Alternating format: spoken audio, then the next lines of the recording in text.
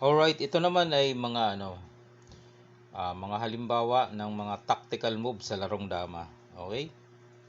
Ganito yan mga boss. Yan, dito sa laban ng 416, 313. Yan, may tactical moves dito eh. Okay, dito.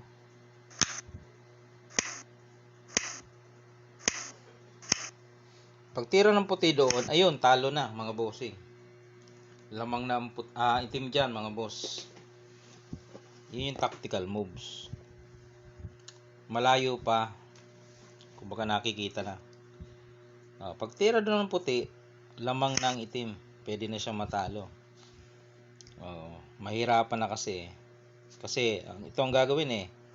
Papakain siya dito. Siyempre dalawa yun. Lugi ng isa ang puti, lugi ng isa. Ngayon, kung papabayaan niya yan,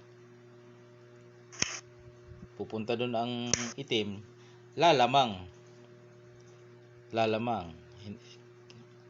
May lansi pala dito wala palang tira dito ang puti, kundi siguruhin, kasi kung dito nga pupunta, pwede siyang tirahan dito yun yung tactical moves dito sa parte ng black.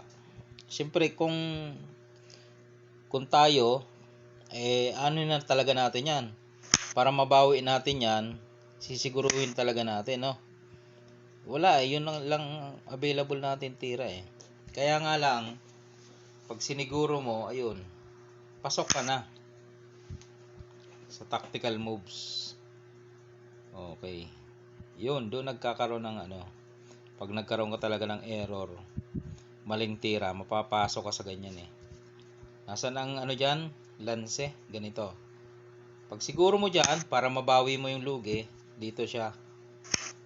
Okay, o di bawi na, pares ng pyesa. Sacrifice move dito, tapos dito pinadama ka pa. Okay, titira dito, kakain yung dama mo, kakain ng dalawa. Pagkain mo, ito na, butas. Yung tatlo, naharangan itong isang dama. Pre, iwas mo yan. Dito lang, hindi pa rin makakilos yung tatlo na yan. Saan ka? Dito ka? Pwede kang tirahan dito or hindi niya alisin to, pwede dito lang siya, di ba? Pag dito ka naman, sisingit diyan. Sisingitan. So anong gagawin mo? Dito ka, dito siya. Yan, siguruhin niya, iilag ka na naman. Dito na yan, wala kang ibang tira kundi dito na siya. Yan na, doon na. Pag tira mo dyan, pwede niya nang subuan yan. Dito ka, doon siya. Dito ka, dito siya. Tactical moves mga boss.